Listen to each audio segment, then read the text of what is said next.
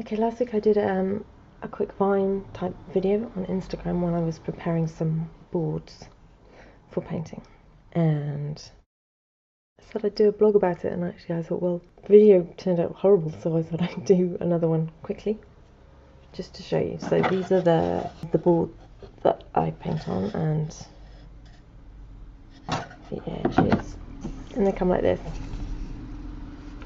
So they're super smooth gesso surface, which is brilliant for painting oil and, well, fine detail. I guess that's what it's for. And the edges come, see that, kind of raw, so that it's just a wooden panel. Use the Bella Arti panels from Jackson's Art Supplies.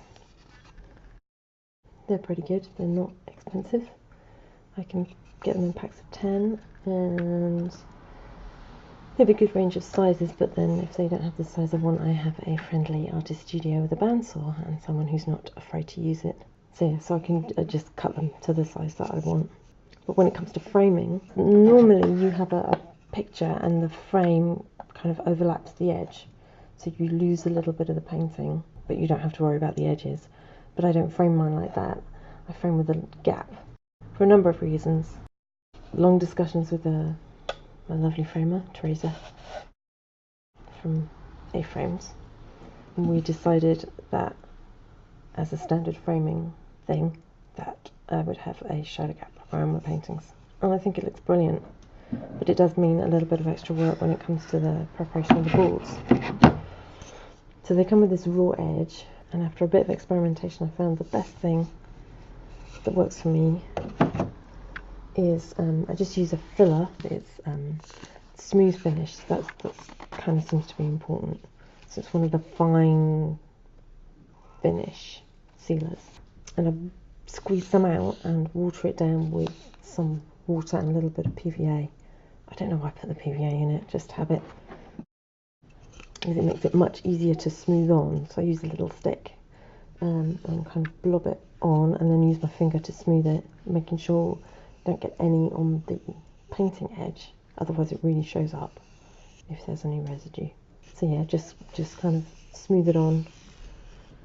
It usually only takes one application, and then just leave that to dry, and then you end up with something, I don't know if you can see that, it's kind of blobby and a bit rough looking, and it dries pretty quickly. I usually do these in a batch in a day, get a few panels and just do them all together.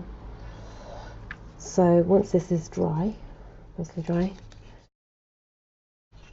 sanding back, I use 2 grades of sandpaper. So this is just a medium regular sanding paper from a hardware store, and then this is a bit more specialist. It's the kind of wet and dry 600 grit. It feels smooth, but it really makes a difference. So this to get the big blobs off, and then this to sand it back and get a nice really smooth surface. And then, even though you end up with a kind of, it is technically white, the filler, but you can still see some of the wood through. So what I do then is I use acrylic, white acrylic, with a little bit of PVA in it, paint the edge, not the surface, just the edge with that, and it gives it an extra nice finish. And if there are any little bumps or anything, imperfections, you can use the paint to kind of even that out. And then once it's dry, then this one's been stained already, but I've got this stuff, I used to use masking tape, but I found that you still would get, when you were painting, you would occasionally get some kind of leakage underneath. So I invested in this stuff, it's called frog tape, and it's just a decorator's masking tape, but it's much more high quality, I find. It doesn't pull the plaster off, doesn't pull the paint off when you remove it, and you don't get any, I've never had any issues with any feathering or anything, the paint going underneath the tape once it's done. and it comes in a fairly wide roll, and I just cut it down the middle.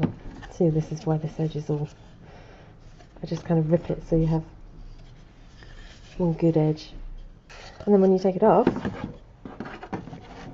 got too many bits of them, then you have a nice clean edge to your painting, so you can, looks good unframed or with a shadow gap, and that's it. It takes a little bit of time, but it's definitely worth it.